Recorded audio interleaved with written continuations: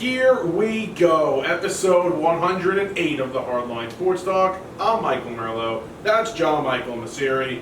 JM, how are we doing on this fine Wednesday evening as we get set for week 3 of the NFL season? I am doing good, Mike. How are you, Mike? I'm very good. Excited for football this weekend. Mm-hmm. My team plays on Thursday night. Excited? Thursday night. Let's go. You see, that's the thing. Giants, San Fran. That can't go wrong, right? Right, that's the thing. Like, my team, and we're going to talk about the game and how I feel in a little bit, I'm excited more so that Sunday, just football. Like, I don't have any affiliation. Like, okay, yeah, I get that. You know what I mean? You don't have to worry about your team playing later in the day. You get to just watch Red Zone or your fantasy team, whatever you got going on. I get it. And listen, you're gonna need to be uplifted on Sunday after you watch the massacre that's about to happen on Thursday night. You act like I don't think they're gonna get killed. Like, I understand. Like, there's a chance. They get killed. There isn't a chance. Like, I understand. This is ugly. This is a guarantee. Yeah. See, I don't know. We'll talk about it later. Lots to get to, including some baseball in a little bit. You see what the Mets doctor said about Ohtani? I did not, no. You don't need a UCL to hit bombs. So we'll see.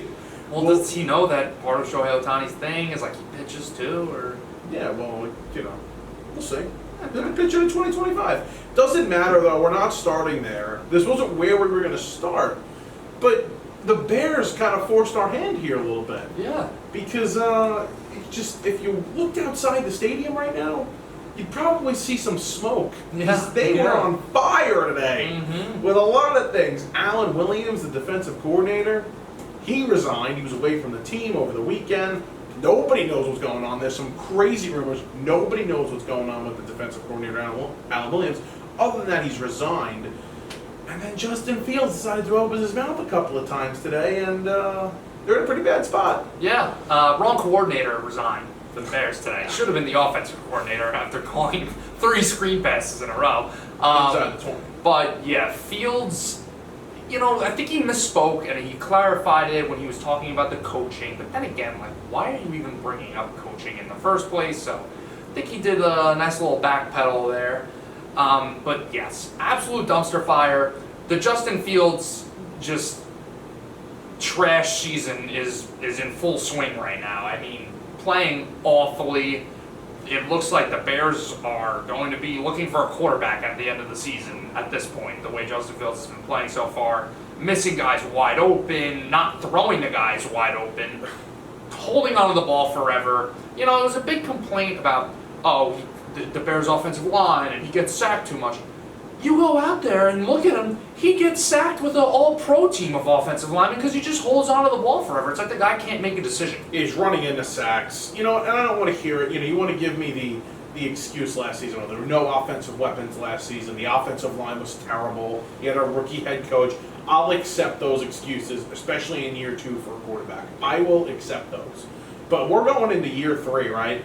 They were crazy. Can you believe, watching this team, that there were some people that thought not only they were going to the playoffs this year, but they actually thought this guy was going to be an MVP contender? That is out of this world looking at it right now, only a few weeks later. But the offensive line isn't as bad as it was last season. Lost their left tackle, which is going to be a problem, but it's not as bad as it was last season. They have better weapons this season. They added DJ Moore. That slots everybody down. Mooney down. Claypool's a mess down. Didn't he catch a touchdown pass on Sunday? He did. So everybody's slotted down. It's year 2 now for the head coach, year 3 for the quarterback. The excuses are kind of out the window for this guy, and you talked about possibly looking for another quarterback.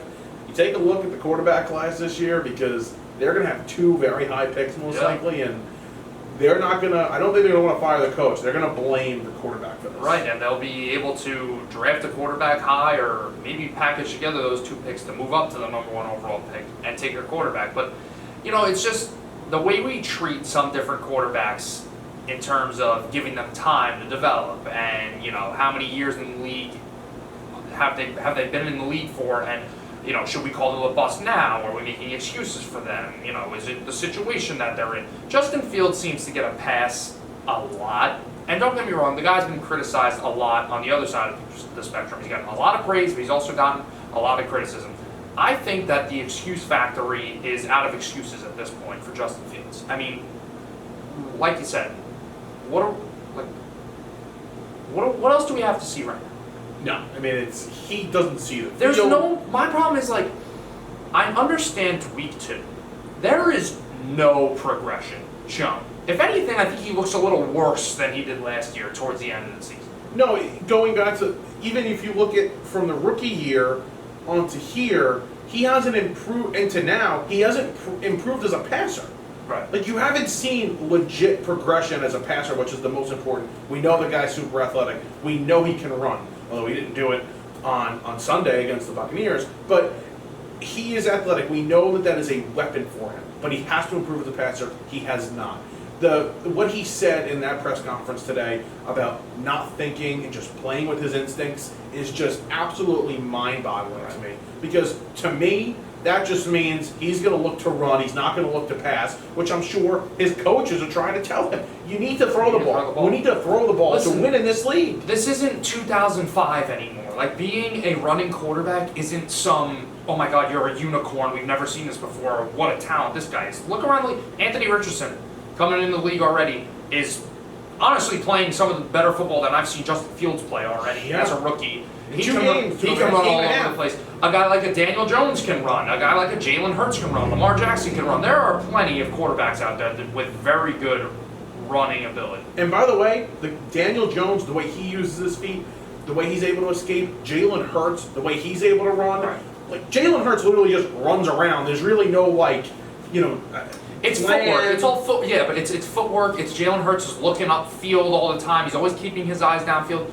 Justin Fields is just kind of in some sort of scramble drill where he decides to run like a running back while he's back there. Right. Daniel Jones and Jalen Hurts and those guys, they're looking down the field and getting out of the pocket and running. I was looking at Justin Fields' stats from last season, and I was like, he took care of the ball at a decent rate. He only threw 11 interceptions or something like that. And then I'm watching him play, and I'm like, I know why the guy didn't throw many interceptions. Because he takes zero risks in terms of throwing the ball into tight windows. I've never seen a quarterback be so hesitant. And like I brought up before, he holds on to the ball for way too long. He'll be standing back there and just take his hand off the ball, look like he's about to throw it. Nah, never mind. Never mind. He doesn't seem to be able to trust himself and his ability to fit the ball in these tight windows. I'm not asking the guy to throw the ball through, a little cardboard box. I'm not talking about that tight of a window, but he seems to be very hesitant throwing the ball. Well, when you're being judged the way he is going into this season, where the expectation's a little bit higher, you can't make that mistake. Right. You don't want to force yourself. You just want to kind of try and play perfect. And he never tried this. He was not really doing this. Like you mentioned, he protected the ball pretty well in his second year. He wasn't trying to fit it into tight windows. When that was really the year, let's try things. Let's, if we're going to turn the ball over, you're going to turn the ball over now when, your team is not winning games.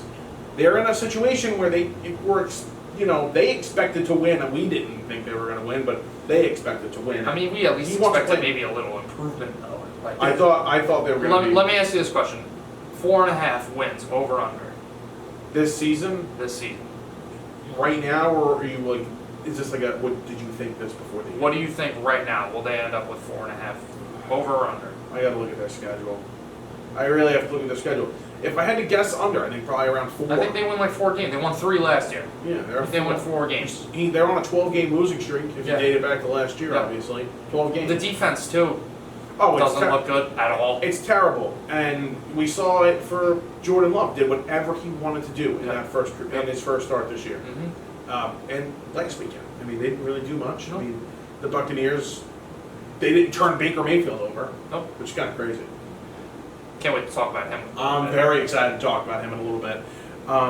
But the Bears are going to be moving on here. I don't think there's any question about it that they're going to be picking a quarterback to in this year's draft. And they messed up because we've said it many times. They're going to regret not picking number 1 overall.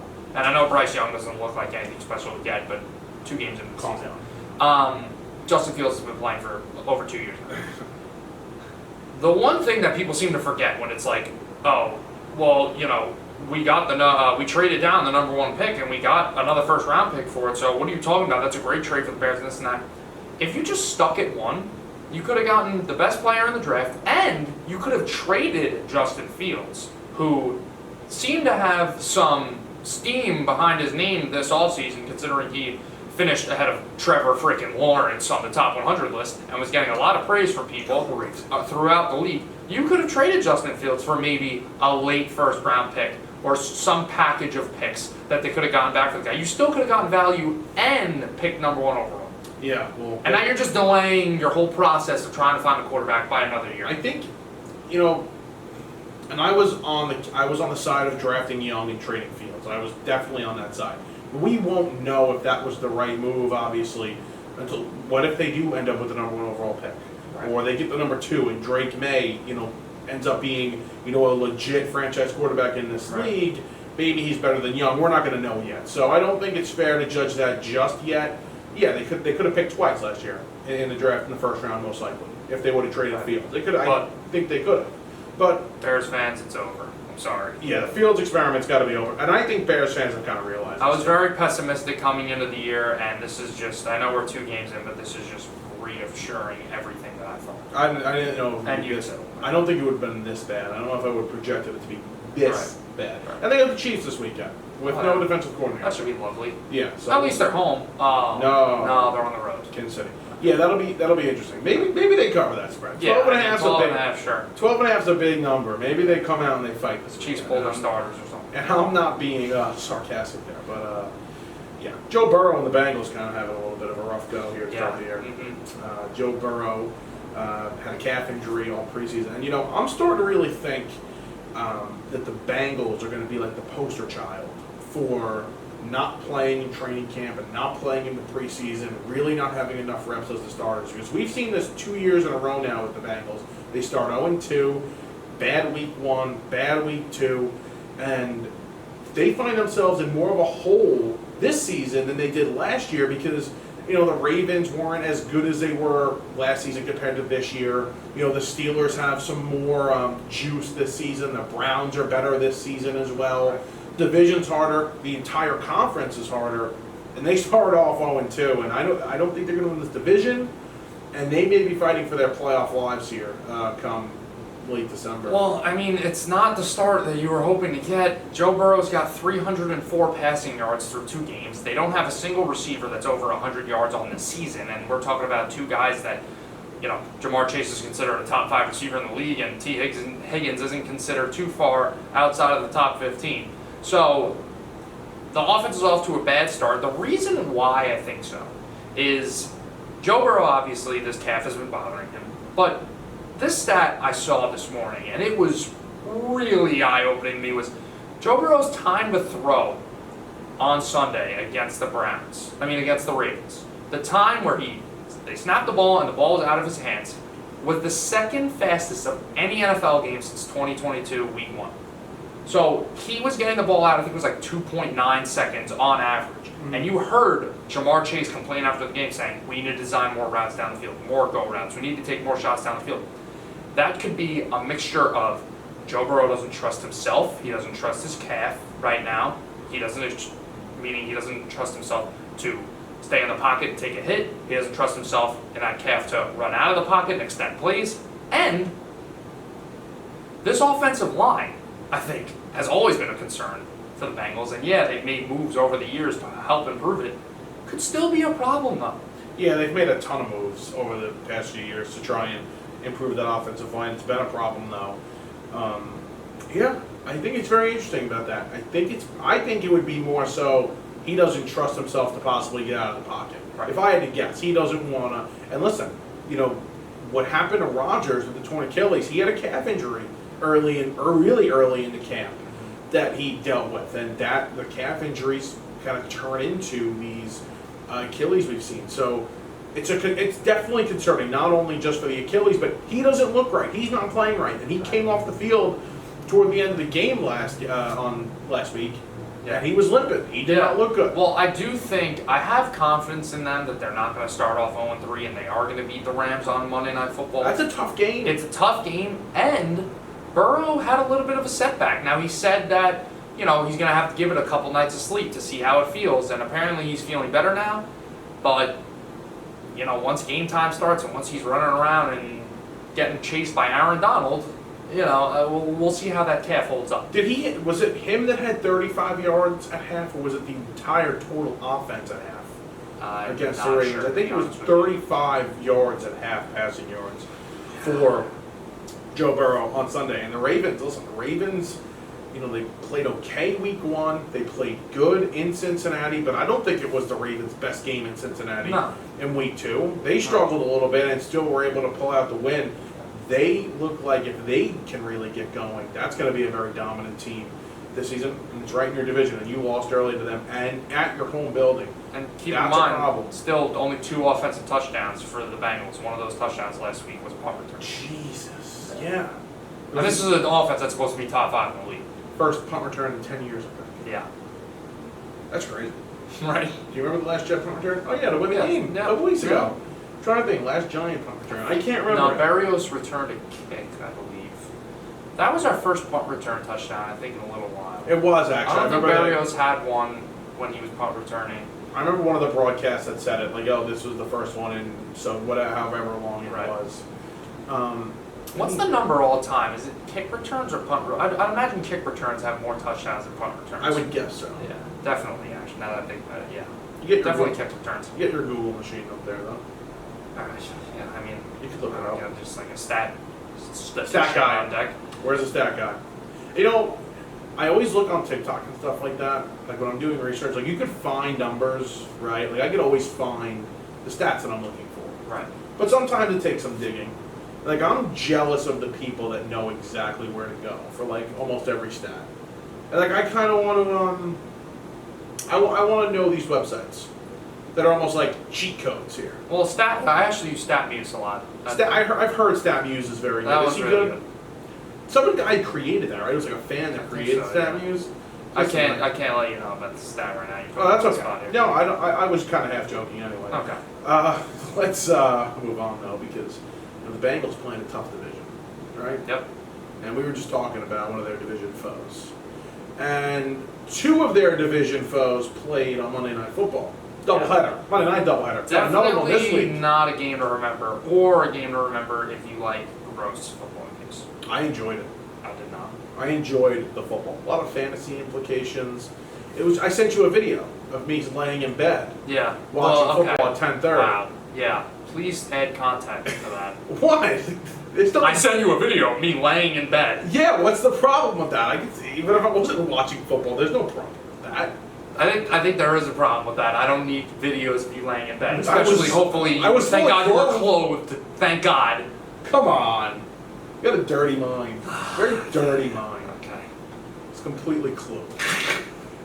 You couldn't see under the blanket. Anyway, so on Monday night, I was watching some football. We were all watching some football, and we had like you mentioned, a gross game. And I sent a text message. I don't know if it was to a group chat, you in it or another group chat. I literally just asked, like, is Deshaun Watson done? Like, is that it? Like, is there just no more of that Texans exciting Deshaun Watson? Because from the looks of it, he's gone. And there's really no reason for it not to be back because you have an offensive coach, you have a good offensive line. Sorry with the banging on the table, I'll stop. You have a running game. We'll talk about Chubb in a second. You have a running game, and you have some decent weapons on the outside. Like he's got everything kind of made for him. He's in physical shape. He's in shape. He's not old. Good defense. There's one clear thing. It's Watson. It's the mental game. He has no more confidence in himself. He might have lost the touch in terms of being away from the game for a little while, and obviously he's got the off the field stuff that I'm sure is taking a toll on him. And, it could also just be the situation with the Browns and, with, switching a change of scenery and a different offensive system. And listen, I think a point that we forget to make, and it's what I brought up with Russ, and it's what I brought up with a couple other quarterbacks that have moved teams. Sometimes we forget that we'll talk about a guy who gets drafted and say, Sam Darnold would have worked out if he didn't end up with the Jets, if he ended up with this team. Sure. Or a Josh Rosen would have been, I'm just using these guys as examples. I'm not saying it's true. We never look at it the other way around as, okay, this guy had a great career in the beginning of his career with this team, and now he switched over to another team in a different system. There's a possibility that he could get worse.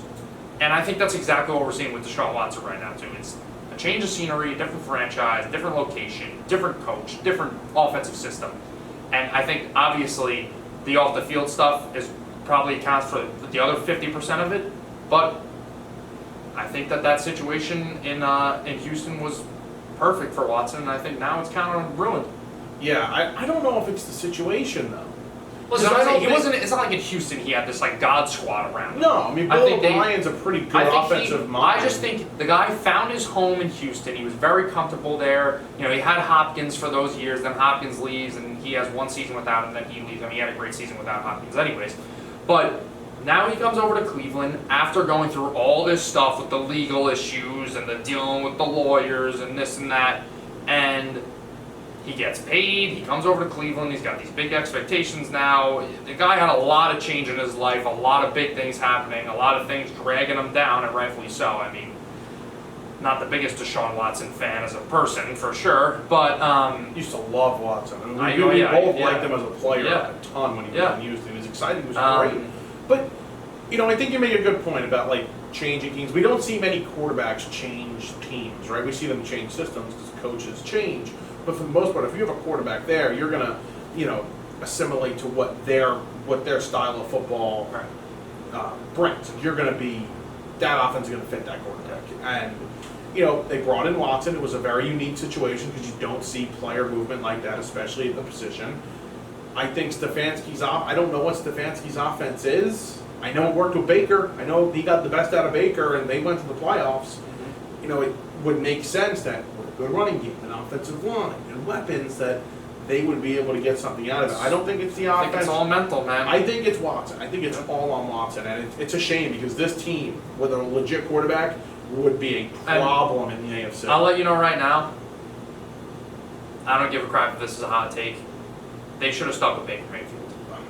They should have stuck with Baker Mayfield. He had a great season. He had 26 touchdowns and 8 picks, took them to the playoffs. Then he gets hurt the next season, missing games, coming back from injury, getting hurt again. And then they just decide, oh, Deshaun Watson, you've been convicted of or accused of 24 different misdemeanors with these women, or whatever the exact terminology was. All right, yeah, sure, we'll trade for you, give you $250 million guaranteed. Baker, you could go screw off. Right, okay, let's... And now look at Baker Mayfield. I mean, he's off to a pretty solid start. I'm not saying he's going to go out and win the league MVP, but I think he could have made it work with Mayfield and saved all the money and the picks. All right, you want to tell me that the decision to go get Watson, the trades, the money, everything that came with it, I'll agree. Bad decision. 100%. I'll agree with that. But to say, I would have kept Baker Mayfield, I probably would disagree with that. If we're playing Madden with the salary cap off, and you could just switch out Baker Mayfield for Deshaun Watson at the time, yeah, of course you're going to do that 10 times out of 10. But to give up all that draft capital, and still you say, all right, listen, we didn't know what was going to happen with Watson, how long he was going to be out for, what the charges were going to look like, or what his confidence was going to be like when he came back. But to invest all that money into him and all that draft capital, it was a huge risk at the time. Yes, but hold on. And it was too much of a risk. Baker Mayfield in 2020 had the 26 touchdown, 8 pick season. That was really good. Passer rating was 95.9. He had a really solid season for them. Kind of showed oh crap, this might be, not the number 1 overall pick, but a first round pick that we could sort of build around. We could win with this guy. Right. And then in 2021, 17 touchdowns, 13 interceptions, had an 83.1 passer rating, only threw for 3,000 yards in 14 games. That was the year he was banged up that I talked about. And listen, I don't think if Baker Mayfield stayed healthy that year, he would have thrown for 30 touchdowns. I think that stat line still would have been, a little bit of a downgrade from the year prior to that, to the 2020 season. But if the Browns could go back, I can't imagine that they wouldn't say, we'd rather keep Baker. We'd rather keep all our draft picks, keep our $230 million, and we'll keep Baker Mayfield. Nick Chubb went down. Real sad. Could be career-ending. ESPN wouldn't show the replay of it, like the zoom-in replay leg. Just Can we talk about that? yeah, sure. I might have a lot of people like come at my head for this. I think this whole thing, like, oh, the injury was awful, don't show the replay. Like, you could show the replay one time. I saw Dan Patrick making a point about this, and I completely agree with him. You could show the injury one time. No, you can't. Even if you put like a little disclaimer, say, hey, listen, this is going to be graphic right now. Can't do it. Why not? It's not like the guy, I'm sorry, it's an awful injury. I wish nothing but the best for Nick Chubb. It's not like the guy died. No, but it's way too gruesome. You would legitimately have to, you'd have to put up the graphic, you'd have to put up the disclaimer, you'd have to give it some time, you'd have to give it a couple of minutes, which they had because they carted him off the field and it took a little while. Right. But I agree, it's just, for me. I don't have a problem that they didn't show it. I'm just saying. Are you able to watch videos like that? I think this is one of those things where everybody who tries to find, you'll find these idiots on Twitter that will tweet all this disgusting stuff, and then this is where they find their moral high ground where they're like, oh, good for the NFL for not showing his injury. It's like, okay, bro, let's go to your other tweets and see what you said about this guy. Don't point to me. I'm not just pointing out in general. I was more going that way. But are you one of those people that can look at this, watch a video so like that? So I did go a little ooh, it was not easy to watch. I'm not great with stuff like that. But then again, I have seen the Kevin Ware injury, so I feel like at this point I've never seen that. Yeah, see, that was the most disgusting thing I've ever seen. I've never seen that. I will not watch that one. I can also, barely watch. How many times have I seen the freaking Joe Theismann injury? Oh my god. Yeah. That was awful. I can't watch Dak twisting his leg against the Giants. Yeah. I can't watch that replay, and I was watching it live. I can't watch that replay. There's some things they can't show. Good on ESPN. I'm not one of those guys that is a bad guy, like Jay mentioned. I'm all with ESPN not showing that. Oh, so I'm a bad guy. No, you should show it at least once. You mentioned right. One of those guys on Twitter, good on the NFL. I'm one of those guys, good on the NFL. I just don't have disgusting tweets. Right. That we know. I'm kidding. Anyway, the team that the Browns played, though, Jesus Christ, the Steelers are so tough to watch on offense. Their defense is exciting to watch. Alex Highsmith, that's his first name, right? Highsmith? Yeah. And wait, what? His last name's Highsmith. Yeah, what did I say? So that's his first name. I said Alex. So that's his first name, right? I said Alex Highsmith. It's Alex, I thought. Yeah. And TJ Watt, they're the best right now duo on the edge. Yeah, I think. Make each other better. Who would be better? Lawrence and Parsons?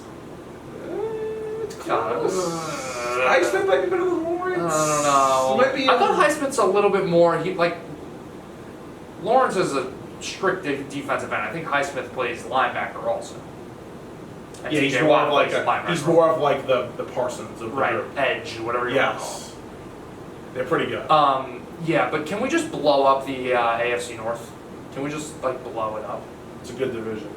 At least the Steelers and the Browns, please. I really would rather watch listen to Nails on a Chalkboard than listen to that Steelers-Browns game. I hate football like that. They're so predictable on offense, Pittsburgh. Kind of like they were a couple weeks ago against who did they play? The 49ers. It was a boring watch. Najee Harris is brutal to watch in the backfield. Watching Warren is like a breath of fresh air coming out of the backfield. Because you're like, oh my god, somebody can move like that? Exactly. I thought only people could move like cruise ships like Najee Harris does. It's nuts. I mean, that guy needs to put a blinker on every time he makes a cut. Pickens is exciting, man. He's an exciting watch. They got to get him the ball as much as possible. They have the skill players when healthy. Yeah. Especially in that week 1 game. You have the players to do what you want to do on offense. I don't know what Matt Canada, the offensive coordinator, wants to do. He is a terrible offensive coordinator. You have the fans chanting, "Fire Matt Canada, fire Canada." Yeah, I mean, I don't understand where the confidence is coming from Mike Tomlin. He's had the opportunity to fire him last year. He had the opportunity to fire him 2 years ago. And he continues to just show confidence in Canada, obviously, by not firing the guy. So I think the Steelers right now are going through an identity crisis. And I think that's what they were going through for years, when even Big Ben, towards the end of his career, where he wasn't throwing the ball downfield, but he was still throwing the ball 50 yards a game, and they were the most inefficient offense we've ever seen, really. And Najee Harris was catching the ball 8 times for 25 yards. Like, I think that's what they're going through right now. Still, they're trying to find an identity on offense. They're trying to be the rough and rowdy Steelers that we know, but also have a quarterback in Kenny Pickett that could lead a dynamic offense. And they got to go one direction or the other because neither seems to be working right now. And it sucks, like, as a fan, because we've both gone through it as football fans where there were times where our teams didn't look like they were playing the same sport as the other teams, especially offensively, which was so boring, it was so bland, and hopefully, I mean, well, you guys are a little different situation. On my end, it looks like it's gotten better. But for the Steeler fans, like, you've had the talent, you've seen the talent. Deontay Johnson's a good player. Pickens now, like we mentioned before, just kind of sucks. Hopefully they can, figure this thing out because the defense is so good. Did your book fall when we were off air? Oh yeah, it did. It's gonna look really funny on YouTube. The book fell. The book just you want me to fix falling it? down. Yeah, you can fix the book. It is the Tom Brady book, or it's actually a Patriots book. It's a Patriots book. I don't understand why you even have the book. Yeah, I mean, it got great reviews when it first came out. The book, the author, Seth Wickersham. Apparently it's an amazing book, and I've only read like the first 100 pages once or twice. So I gotta actually start the book and do it. It's a thick book. Yeah, it's a lot. It's a lot of glazing. That's a lot of Patriots glazing in that book. I gotta read a lot more. When Brady first retired, I went on this Boston kick, Patriots kicks or whatever. It was so weird. I was listening to Boston sports radio. I was all up on Boston sports, and I never finished the book. I didn't really start the book technically. It's funny. You make fun of me sometimes for the Eagles and for You're Philly. Crazy and with it's that. It's the same yeah, thing. but I went through Boston. a phase for 2 weeks where I was really interested in the Patriots and Brady and Boston, and you for 2 years now have been obsessed with Jalen Hurts and the Eagles. That's a little different. I mean, they are good. Yeah. Okay. Yeah, where are we going next, Mike? Take me with you. Let's do the Chiefs here because they did not look so great on Sunday. The Jaguars played, in my opinion, an impressive game defensively. And you know what? Sure, you could say, it was the first time the Chiefs had a couple of guys back, right? Chris Jones' first game, Travis Kelce first game of the year. Those guys didn't. Jones didn't really practice, but specifically offensively, the receivers have been. We've known about the receiver room. Yep. And again, Kelce's first game this year. They looked a little off. A couple of turnovers. I thought the Jaguars' defense was so impressive. Not only did they turn the ball over, they were opportunistic, but they got a lot of pressure on Mahomes. And I don't know if that's an indictment on the offensive line for the Chiefs, just first coming together for the first time, and Jawan Taylor possibly being a major bust, or did the Jaguars actually generate some pressure? Because if they did, and that defense is going to play like that, they might be a little bit more dangerous than I even thought they could be. Well, that's the thing is, if you read the script for that game, you'd say, "Oh wow, what a nice game for the Jaguars. They're forcing these turnovers and they're stopping the Chiefs on defense. They must have won and had a good day." But the offense just did not show up for the Jaguars at all, and that's credit to the Chiefs defense. But yeah, Jawan Taylor, the guy's got 5 penalties on the season already. He got benched in the middle of a drive by Andy Reid and then got put back on the field for the next drive. It's just a lot of sloppy play for the Chiefs. The sloppiest that we've seen them in the Mahomes era, honestly. And, I think it comes with the inexperience of the weapons and new guys playing together and stuff like that. But I don't think we should just give the whole, it's the Chiefs, they'll be fine, their receiver, everybody will pick it up, they'll get more experience. I think they could survive, but this is a problem. Kadarius Toney fumbling and, doing Kadarius Toney things that we've seen in 2023 so far, that's a problem. We've seen sloppiness from the offensive line, like Jawan Taylor, like you brought up. We've seen other receivers not making plays, not stepping up. So I think that this could be a bit of a concern for the Chiefs, and we'll get into our power rankings later, but for the both of us, it bumped them down in our power rankings. I feel like we said this last season, and I just think when you have a guy like Patrick Mahomes, who is, in my opinion, the best player we've ever seen on a football field, when you have Andy Reid, who's considered the best coach in the last, 5 to 7 years. I think a lot of people would consider him the first or second best coach. In my opinion, the past few years, he's been the best coach in the league. I just feel like that team is going to figure it out. Yeah, but let's you not... have one of the best offensive weapons in football, the greatest tight end of all time in Travis Kelce. That's his first game back. Chris Jones made his impact felt immediately after not practicing with the team all offseason. He comes back, he's the best defensive player on the field.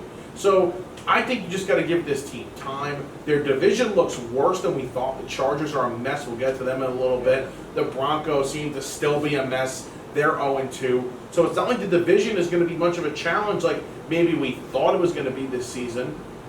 I just feel like the Chiefs, man, I'll never count them out. They're almost like the Astros in baseball. Yes. I don't care. You're in the playoffs. You're good enough. I'm never going to count you out. Yes, but I also think, like, let's not drink too much of the Chiefs. Let's not just be like, oh, they're the Chiefs. They're going to be fine. Oh, my God, they're Why the not, Chiefs. though? What have they done to not... Because, I mean, let's go into a playoff scenario where, you know, you're putting your attention on Travis Kelce, and I know teams do that anyways, so you're not just going to X the guy out of the game, but... Hey, guess what? Sky Moore, you got to make a play. Hey, Justin Ross, you got to make a play. Kadarius Toney, Marquez Valdez-Scantling, all these guys. Hey, listen, Rashee Rice, you got to make a play.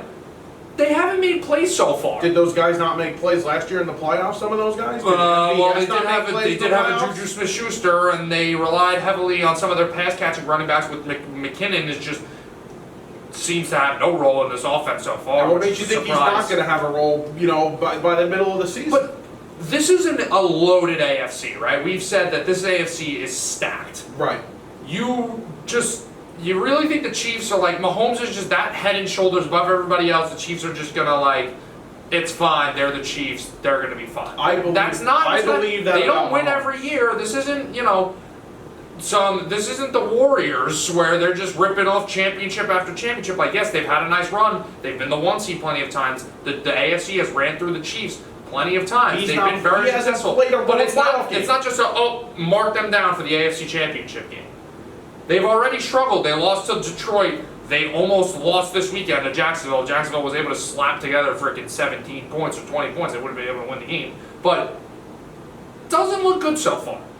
Yeah, I just don't see how I don't see how they've been in the game. Like, they've literally been in the game how many years in a row? Like, to say their struggles right now, like, it's a concern. You can't just be like, oh, they're the Chiefs, they're going to be fine. I think you can say that. I 100% believe we can say it because I thought we said the same thing last season. We said the same thing last year about this team. I think we're going to be sitting here in 2 months saying, I can't believe, well, not me, you're going to be saying, I can't believe I was worried about the Chiefs in September.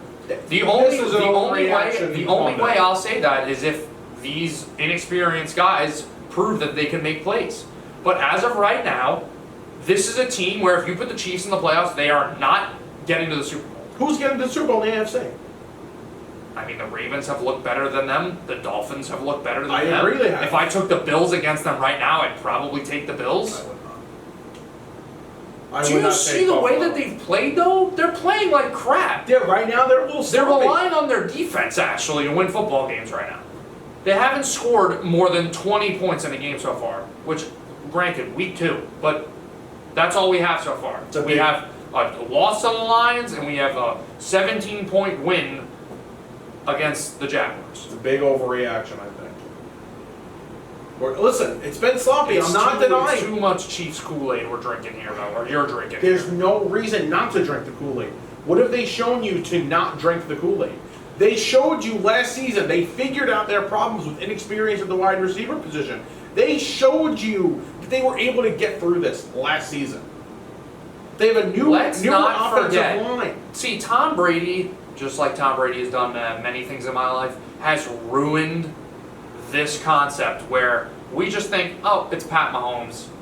They've won a couple of Super Bowls. They're going to be fine. They're in it every year. That's the way the Patriots were. Patriots were just like Andy Reid. They were very well coached, but they also always had a great defense. They had great offensive and defensive lines. They had good weapons. Like the Patriots always had good rosters. This Chiefs roster was a bit of a concern coming in. We're starting to see, like, outside Chris Jones, what does that defense really have? Yeah, sure, L'Jarius needs a good player. Yeah, Nick Bolton's a good player, but what do they really have? Same thing on the offense, where offensive line, yeah, you got some good pieces, but Offensive line outside, the tackles are struggling a little bit. These receivers are awful. Maybe the worst receiver group in the entire league. That's crazy. Marlo, they might be the worst receiver group in the NFL. I'd argue maybe besides your Giants. Giants. There's a couple. I would take the Houston Texans receiver group over them. That's crazy. Nico Collins is 5th in the NFL right now. He looks good. Tank Dell looks like a nice sleeper guy coming out of the NFL. Just wide receivers, right? Just not like just wide receivers. We're not counting Travis Kelce. Okay. It looks pretty bad. But my point is, Aaron Rodgers and the Packers had some down years. Drew Brees and the Saints had some down years. Russell Wilson and the Seahawks had some down years. And you disagree with me, but I think Patrick Mahomes is not one of those guys. Aaron Rodgers and Patrick Mahomes are the same thing. See, and I believe that Patrick Mahomes at his peak is a little bit higher than Aaron Rodgers at his peak. See, I don't think so. I think it's like, take your pick there. And Rodgers never had a coach. They're two of the greatest throwers I've ever seen in my life. Rodgers never had a coach like Andy Reid. Rodgers never had a weapon like Travis Kelce. Wait. But let's also remember that Andy Reid was not thought. Andy Reid got fired. He was not thought of the caliber of a Bill Belichick until he came to Kansas City and started winning with Mahomes. Not even until after Alex Smith. Mike McCarthy was thought of as a really good coach when the Packers were winning and won that Super Bowl, and then things started to go downhill, and now he gets fired. It's just like I always say with coaches. These coaches, it's like night and day. Even Belichick, people are starting to doubt Belichick. Exactly. And how can you blame them? But you have the pairing right now. You have the Hall of Fame pairing right now that is showing you this is one of the best duos, coach-quarterback, we've ever seen. Yeah, but so until those two break up, I'm not going to... You can't just have coach, quarterback, cool, you're going to win the Super Bowl, you're going to get to the Super Bowl. They have the pedigree right now where they deserve to be... Even with the struggles, and we saw it even in the middle of the season last year, where they were not playing well. I remember that Packer game. Was that last year when Jordan Love had to start last season? They did not look good in that Packer game when Love started. Right. No, was it that game? Or was that 2 years ago? Might have been 2 years ago. It was 2 years ago. But there was a couple of games in the middle of the season where we're like, wow, the Chiefs really do not look good. We doubted them. Look what happens. I think they're going to figure it out. They proved us wrong last year, but I think just giving them a free pass. How about this? They had 2 design run plays in their first 4 possessions on Sunday. They have 0 running game, which is a point we love to bring up about the Bills. Yeah. But with the Chiefs, it's just like, Pat Mahomes. It's a little over the top with the Pat Mahomes, like, glazing. That's my favorite word. But, I mean, seriously, like... Oh, wait till we get to the Eagles, though. Okay. I think Mahomes isn't the best. This is real. This is real football. This isn't like a TV show where we're just like, oh, like he's the star of the show. They're gonna, how this script's gonna end. Like, no. This is the NFL. This is the NFL where the AFC especially is loaded with elite quarterbacks, and Pat Mahomes isn't just head and shoulders above everybody else and their rosters where he says, oh, I could go out there with JV wide receivers and 0 running game and just, I'm going to run through the AFC. In my mind, Mahomes is above everybody else. Not head and shoulders, but he's his own class. He is his own class. He's the number 1 quarterback in the NFL, yes. Does the number 1 quarterback in the NFL always win the Super Bowl? No. No. Does the number 1 quarterback in the NFL always get to the Super Bowl? No. No, but I would feel comfortable penciling in Patrick Mahomes to at least be in the AFC Championship game. Playing in that game in Anaheim. There's no other team in the AFC, and I love the Dolphins. You know how much I love the Dolphins, and I really do like the Ravens as well. But, gun to my head, am I going to pick one of those 2 teams to be better than the Chiefs? I still think the Bengals are going to be a problem. Well, maybe if the quarterback started playing some real football, then he could do that. Where are we going from here? You want to talk power rankings? Yeah. Because we released some power rankings. When did we release those? On Tuesday afternoon. Yeah. And JM had a little bit of a problem with my power rankings. I didn't have a problem with his. I thought his power rankings were fine. I like my power rankings.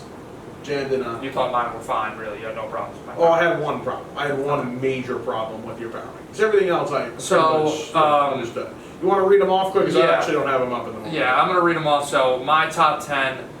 Number 10, the Seahawks. Number 9, the Jaguars. Number 8, Lions, 7 Bills, 6 Chiefs, 5 Dolphins, 4 49ers, 3 Ravens, 2 Eagles, and 1 Cowboys.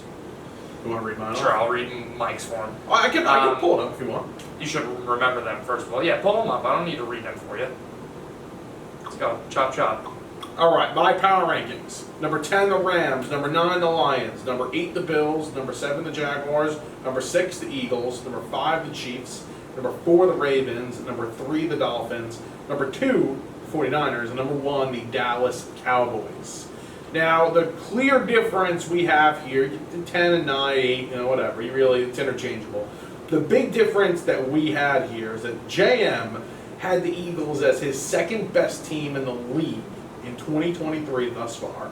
And I had the Eagles at 6. I put the Eagles 2-0 at number 6. You can make an argument they're number 5 over the Chiefs. I chose to give Pat Mahomes number 5 over Jalen Hurts and the Eagles. God, Pat Mahomes. Oh my God, I love you, Pat Mahomes. Oh my God, I love you, Pat Mahomes. Oh, Michael Merlo. You know what? You know what? When we do this with LeBron too, we don't appreciate the greatness. Appreciate what we're watching with Patrick Mahomes. We are watching the greatest quarterback of all You're doing tricks on it. You're actually doing cartwheels on it. He is that Appreciate the greatness. Appreciate the greatness of Patrick Mahomes. You could, if this was a quarterbacks list, you could put Pat Mahomes number 1. That's appreciating the greatness. You don't have to put his team above the Eagles. Why? They just got 2 out of their 3 best players just came back and they won their first game. This is the thing that's pissing me off with the Eagles' disrespect is this is a team that went to the Super Bowl last year, was a juggernaut. Everybody said all this thing about, oh my God, their schedule was so easy, this and that. Let's see in the playoffs. Yeah, sure, they got that 1 seed. They blew through everybody to get to the Super Bowl. Yeah, they played the Giants on a 3rd-string quarterback in the NFC Championship. Okay, they would have killed the 49ers either way. I don't know if they would have killed the 49ers. And you're really telling me, like, Brock Purdy at the time, like, wow, Brock Purdy was going to win that game for the Niners, not their amazing defense. That's what I'm saying. Not their great defense. They still scored like 30 points against the Niners defense. Well, anyways, when the 49ers don't have a quarterback and their offense is on the field for a 3 and out, yeah, the defense is going to get a little tired, JM. Okay. When the defense is absolutely no rest because all they're doing. I agree. They would have won the game, but to say that would have been a blowout is okay. So let me get this straight. Team goes to the Super Bowl. Team has one of cakewalk to the Super Bowl. Team has one of, if not, and almost beats your precious Chiefs, and Pat Mahomes came down to a holding call at the end. No, Hurts shouldn't have dropped the ball. Then Jalen Hurts was the only reason the Eagles were even in that game. He's also the only reason why they lost. If he doesn't fumble that football and Bolton doesn't return it for a touchdown. Well, yeah, sure. If he doesn't have those 4 touchdowns or whatever the hell he had, then they're not even in that position. I mean, give me a break. Seriously?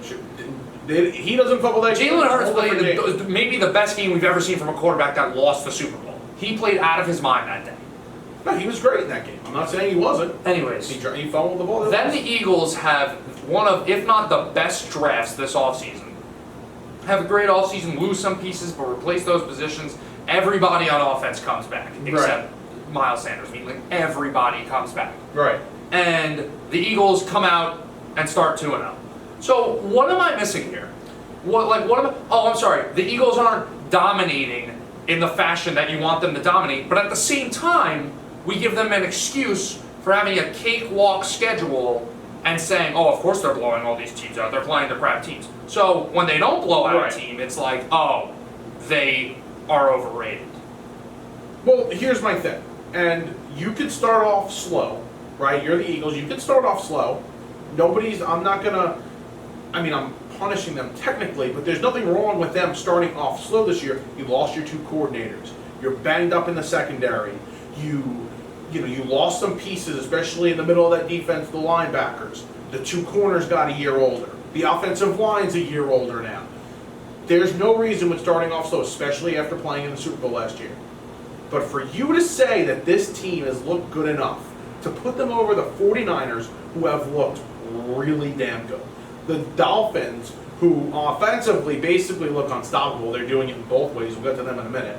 The Ravens, who have played kind of B-plus games, not even their A game yet. They're 2-0 and have literally much better. There is zero reason for the Ravens to be over the Eagles. Why? There is zero reason. They are the same exact thing in terms of how have they looked so far, and the Eagles have a better roster. They have a better quarterback. They just went to your precious Cincinnati Bengals and beat them in their own building. Look dominant. Who, by the way, looks awful. And you want to talk about the 49ers and say, oh my God, the Niners look so good. Look at they dominated, blah, blah, blah. We just ripped apart the Steelers' offense and are saying that, listen, maybe we need to tamper our expectations for the Steelers this Yeah, but year. the one thing we're not discussing is that Steelers defense and how good that Steelers defense is, and they put up 30 points against that Steelers defense. Okay, how about like On the road. the Eagles? You want to praise the Dolphins when you're talking about, oh my God, they look so good, and you're clearly bumping them up. You make fun of me for my Eagles bias. You're bumping them up because you picked the Dolphins to win the division, and you want them to be good. So you have them up in your rankings, and I'm giving the Dolphins their respect. They're number 5. The Dolphins go on the road, beat the Chargers, while also giving up 34 points, which we just want to like glaze over. Okay, no problem. They win by 2 points against the Chargers, who just lost to Tennessee and might be 0-3 after this weekend. That's not going to be an easy game going to Minnesota. And they beat the Patriots by a touchdown on Sunday Night Football. The Patriots, they get a stop at the end of their drive in a crazy play, a hilarious play with Cole Strange trying to get a first down. But anyways, so the Eagles beat the Patriots on the road. The Dolphins beat the Patriots on the road. The Eagles beat the Vikings. It was pretty much a blowout. Towards the end of the game, the Vikings were making their best attempt at a comeback, made it close. Cool, good for them. Covered the spread. Exactly. What am I missing here? Like, the Patriots are a team where we said, like, they could be a pain in the ass, and, you know, you've liked them in some spread picks. They were your 3-star last week. Yeah. Good job, Io. You like them, right? Like, we agree that the Patriots are that team where, sure, they're not great on paper, but they're always going to be in games, right? Yeah. Well, I'll say this. The Eagles beat the Patriots. Like, Right. The Eagles whoever the beat the Patriots slice it, they won. Yes, the Eagles beat the Patriots, but for you to sit here and tell me that the Dolphins looked worse in the win against the Patriots than the Eagles did is crazy, because the Eagles were handed a pick 6 in the rain from Mac Jones. They then almost blew the game against the Patriots. They had the big lead, they almost blew it, gave the ball back to the Patriots numerous times, and because the quarterback, who I'm out on at this point, cannot come from... Oh my God, are you serious? Who cannot come from behind out on Jones. Oh, I Not thought you Hurts. said you were out on Hurts. Oh my God, okay. Gave the ball back to Mac Jones multiple times. I'm out on Jones. He couldn't come back. The receiver, I forget what the guy's name was, couldn't get his 2 feet in bounds. If he got his 2 feet in bounds on that 4th down, the Eagles probably lose that game in New England. Then you come home against the Vikings, who just lost a terrible game to the Buccaneers. The Vikings turned the ball over 3 times in the first half. I mean, you're handed that game as well. And you pull away. Okay. They didn't pull away until the second half. They want them to start the turnovers. game off 35-0? They had 3 turnovers in the first half. Yeah, I would have liked to see them pull away a little bit more. Bro, are you actually You're at home. The expectations are ridiculous. It's like you want to call them a juggernaut. It's like, oh my, they are a juggernaut. You sat here and called them a juggernaut. The expectations are higher for the Eagles. First of all, stop screaming. Okay, relax. When they don't win by 30 points, it's like, oh my God, what the hell? The Eagles, they suck. But then again, we say, like I said before, oh my God, the Eagles are so bailed by their schedule, blah, blah, blah, blah, blah. They are a juggernaut. I'm so sorry they haven't been blowing out people to start the year. All this is, all right, yeah, the Eagles were that cool, exciting story last year. We know what we're expecting from the Eagles this year. The Dolphins, though, are that little under-the-radar team here. They are absolutely not under the radar. This is just clearly like a recency bias, a new start bias, that like shiny new toy kind of bias where we're saying, oh, look at the Dolphins, that offense looks really explosive. The Eagles are a team where you match them up against anybody in this league. They are a good matchup against them, and I think they could beat any team in this entire league. Okay, let's look at the Dolphins. Eagles play the Dolphins, they win. Eagles beat the Dolphins. You want to talk about, I don't know right now, because the Eagles don't look as efficient as they did last season. And I'm not out on Hurts, but I'm certainly questioning Hurts at this point, especially the way he's looked through 2 weeks without Shane Steichen. We saw him a year without Shane Steichen calling plays, and now we're seeing him. We saw him then with him calling plays, and now the year after. It's week 2, it's early. I expect the offense to look a little bit more efficient, but they haven't. They've been relying on the run game big time. They're also the most boring team in the league to watch, by the way. I cannot stand watching that team. Just hand the ball off, QB sneak. They are a brutal watch. I can't stand it. But either way, right now, you know what the Dolphins have going for them? One of the best offensive minds in the league. Mike McDaniel is climbing his way up to being one of the best coaches in the entire league. They also have a good coordinator, Vic Fangio, the highest paid coordinator in the league on the defensive side of the ball. McDaniel doesn't have to worry about that. Fangio's got the defense. He is so creative on offense. They're putting themselves in great positions. I don't think this Dolphins team is just a fluke. Oh, the hype team, the hot team. I told you coming into the year how much I like them. They're showing exactly. They ran between the tackles against New England effectively last week. They're doing it with their speed. They're doing it up front, down the middle, running the ball. Tua stays healthy. This team can absolutely represent the team AFC in the Super Bowl. 100%. That's why I have them 5th in the rankings. But to say they have looked better than Philly is crazy. They beat the Chargers, who just lost to the Titans. They beat them by 2 points. The Titans are a bad football team. You acted the Titans What are a bad did we project the Titans to be this year, Marlo? 8, 9? I had them at 7 wins, and we said this offensive line is horrendous. There's a lot of gross. The offense is old. The defense looks like crap. Running backs in the league. I never said their defense looked like crap. Can we you're gonna try to hype up the Titans right now? A little bit, yeah. You like their defense. Their defense is a bottom 5 defense in the NFL. I like Jeffrey Simmons. Cool, they have 2 nice guys on their defense. The rest of their defense sucks. And making big plays against a good Chargers offense. I like that. The Chargers offense is not the problem. The Chargers' problem is the defense. And their coach. And their coach is terrible. I'm not discrediting a win from the Dolphins in which they came from behind in the second half and won a game. We're seeing the Dolphins. They did this last year. They came out of the gates really hot. Then they hit a little snag. They lost 3 in a row. Then Tua goes down, this and that. And I know that's not fair to the Dolphins to say, oh, but Tua's going to get hurt. It's not fair. Still, they are not a better football team than the Philadelphia Eagles. From what we've seen this year, yes, they are. They've played 2 games. Yes. And the Eagles have objectively, it's factual, a better roster by far. But each position group is better except the receivers and, sure, maybe Tua has an MVP year this year, but right now I'm still going to take Jalen Hurts over Tua. But right now, we're looking at power rankings through 2 weeks of the season. From what we've seen so far, through 2 weeks, there's no doubt in my mind that at least the 4 teams I put ahead of the Eagles have looked better than the Eagles at the moment. So let me get this straight. Then why do you have the Jaguars at 7? Because you're going based off of slightly with offseason predictions and mainly what you're seeing this year.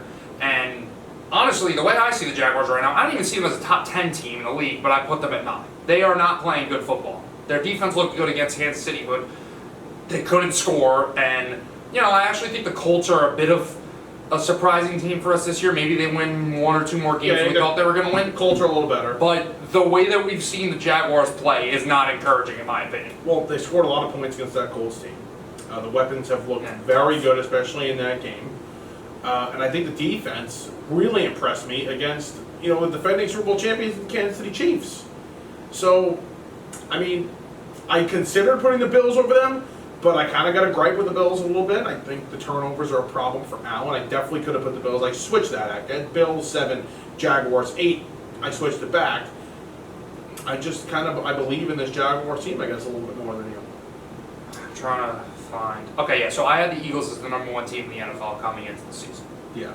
So I bumped them down a spot just because Dallas, kind of like what we're talking about, has blown out teams and just looked amazing so far. Then again, the Giants, not off to the greatest start. The Jets, no Aaron Rodgers. Jets didn't look great at all last weekend. But give credit where credit's due.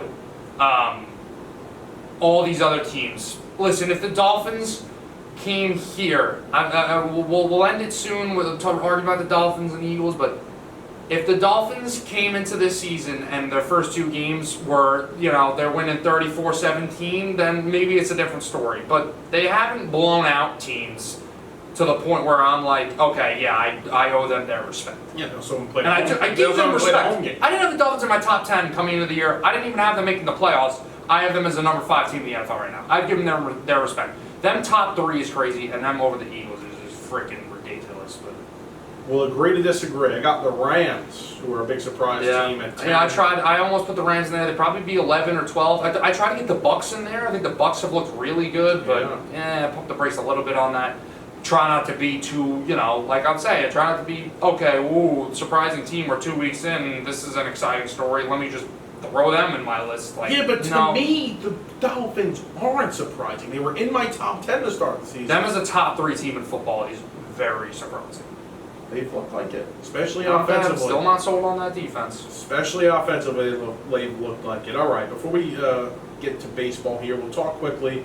The Giants, who had one of the more miraculous comebacks we've seen in a very long time. I think since the Super Bowl era, their biggest comeback in franchise history. They come back 28-7 down to beat the Cardinals, who Cardinals have looked pretty tough the first 2 games. They took the Commanders to the end week 1. Obviously, the Giants on the ropes big time before the Giants came shooting out of a cannon basically in the second half and looked like a completely different team after not scoring for 6 quarters. I got to tell you something, JM. I was watching the game on a big screen. Wasn't like right in front of me. You know, a lot of other games on. And I was sitting there, and I looked at our friend Billy, and I said, I'm fully committed to the Caleb Williams tank. I'm like, here we go. When you can't beat this team, you can't look competitive against the worst team in the league that is actively trying to tank for Caleb Williams. Like, I am all for letting everybody go except for the quarterback and GM. The GM and coach, and completely starting this over, even though that is completely irrational because they just started over. Yeah, I mean, it's a nice win for the Giants, nice comeback for them. Let's keep in mind, it is the Cardinals. Yes. Like, you were supposed to win this game. Feels good. They hung in it. You know, I talked about Dayball last week when he played the Cowboys, and I said, that's a bad sign for the coach, for the team to just give up and look unprepared and just play an awful game of football. Obviously, different story this week. The team stayed in it, the team believed, and they ended up winning the game. So a nice win, but a lot of negatives coming out of this game. Number one, you know, you only won by 3 points, but that's all right. We're not going to treat that as a negative. Winning in the NFL is a win, no matter who you play. Saquon's hurt. That sucks. He's out for 3 weeks now. Yeah, I wouldn't watch the 3 weeks. It's a sprain. Like they didn't rule him out of this game until today, Wednesday. Okay. I'm give him 2 almost weeks. positive he's going to play that Monday night game against Seattle next Monday night. Now going into playing San Francisco, you don't have your best offensive lineman and one of the best offensive linemen in the NFL, and Andrew Thomas. Defense, Kayvon Thibodeau hasn't looked great. He, is out there in the media trying to defend himself, saying they're running the ball away from him and this and that. But, I mean, after a good rookie season, a little underwhelming, but a good season nonetheless, not showing much improvement so far. I'll allow him a little bit of time. I don't know how many times I'm going to say this on this episode, but it is relevant. It's only 2 weeks into the season. Yeah. You're going to get... I'm not going to come out here and say, oh my God. I'm like half joking when I'm saying you guys are going to get killed, but like, this isn't going to be a good loss. Like, you're not going to lose by 4 to 7 points. I see this being a double-digit loss. Well, that's what I'm hoping for, right? Like, when you go into a game like this as a fan, like, I have no expectation of the Giants winning this game. But I would like to see the Giants, the spread's 10.5. I'd like to see them at least cover the spread. I'd like Jones to play well in this game so we could say, wow, you had an historic second half in that Cardinal game, and you build off of that, especially after that brutal Week 1 game and the brutal first half. Yeah. Can we build off of that and have another good game against a really good defense on the road on a short week? Because that'll really give not only fans, but the team and himself confidence going into a very important Week 4 matchup against Seattle, who's going to be competing for a playoff spot just like you in the wild card. So I do think that for the Giants, it's about having a good loss. Now, do I think that's going to happen? Probably not. With Evan Neal on Nick Bosa, that should be a lot of fun. But as a fan, you go into this game, especially the Giants too, I'm sure they feel pressure, but when you really look at it, there's no pressure on the Giants tomorrow night, right? Like, the yes and no. There's a bit, is to lose. Yes, but there's pressure to look good. If they look like they did against the Cowboys, bad news. And listen, I'm not going to say your season is over by any means. They won last week. If they lost last week, their season was over. Yeah. The season's not over yet. But, boy, do they have a tough road to get this season back on track. I mean, we're pretty much penciling them in as a loss against San Francisco. If they win that game, then I mean that's one of the bigger upsets I can remember in a little bit for the Giants crazy. And also for the. That's one of the bigger upsets you've ever seen. They're 10-point favorites in Week 3 in a primetime game. You really think if the Giants win this game tomorrow, we're not going to be like, oh, that's an upset, but I could see it happening. I'll be very surprised. I would be shocked. I think I don't think it's going to happen. I mean, you're talking to a fan here of the team. So I guess I'm a little biased toward it, but I don't think it'd be one of the bigger upsets we've seen. I would be genuinely shocked. The way the Giants have looked so far, I would be genuinely shocked. Then you got Seattle at home. That's a primetime game. That's got to be a win. It's a winnable game. That's got to be because they're home on a primetime game. I like Seattle. I think that Seattle's a better football team than them, but the best team doesn't always win, and that's a winnable game. At the Dolphins. You're, Mr. Dolphins over here, and I agree, that's a really tough game to win. Yeah, then you're at the Bills. Oh boy. You better pray those next 4 games you come out 1-3 or 2-2. Really, it's 1-3, you're keeping your head above water, but there's a legit chance at 0-4 in those 4 games. It's funny that you think, I would say the Dolphin game is less winnable than the Buffalo game. I think if there was going to be any upset pulled in those 2 weeks, it'd be in Buffalo, not in Miami. I don't think they have a shot against Miami. Well, just because that defense isn't going to be able to keep up. Yeah. Commanders, this is a team you guys always play close with. No, we've beaten them. Okay, Daniel Jones had great success with the Commanders, but last year, you tied them once, and then you had that nice win against them. But you're never like, oh, it's Washington. That's going to be an easy. I mean, that's how we feel. You guys always play competitive. That's how we felt. Sure. We're going to beat Washington. Then again, you haven't played them with a quarterback that Sam Howell looks pretty good so far. And this offense, Eric Bieniemy, he's doing a really good job. And the Commanders are 2-0. They're off to a pretty damn good start. Week 2. And then you got the Jets. That game is winnable now. Obviously, no Aaron Rodgers, but we'll see. That Jets defense, we know how good it is. Yeah, that went from a loss to a win. But the point is, for your first 8 games now, 2-6 is in the cards. But JM, we knew this before the year. This was always a possibility. We don't. Yeah, but now it's even more oh wow, look how the Giants have looked so far. This is a concern. You're 1-2. Most people, you definitely expected them to be 1-2. Some thought 2-1 going into this. Okay, realistically, you're 1-2 going into week 4. You get to 4-4, fine. 2-4 after the Buffalo and Miami games.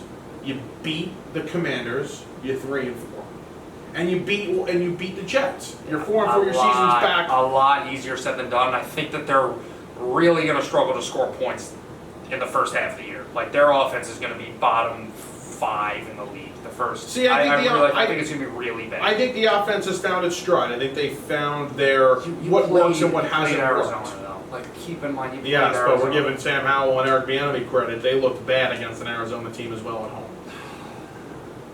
I want to give them credit, though. The Commanders get the credit. And the Commanders just went on the road against the Broncos, who were top 5 defense last year and don't think the Broncos are very good. You don't think the Broncos are very good. Okay, but I know the Broncos defense is good, and they just scored 35 points against I thought that was an impressive win, too. Don't get me wrong. I was higher on the Broncos. Defense hasn't looked good, the Broncos defense this year. It's been one of the worst defenses in the league to start. It's amazing the way you apply this logic to some of these teams, but then when you talk about the Dolphins, it's just forget that the Chargers defense hasn't looked great and this and that.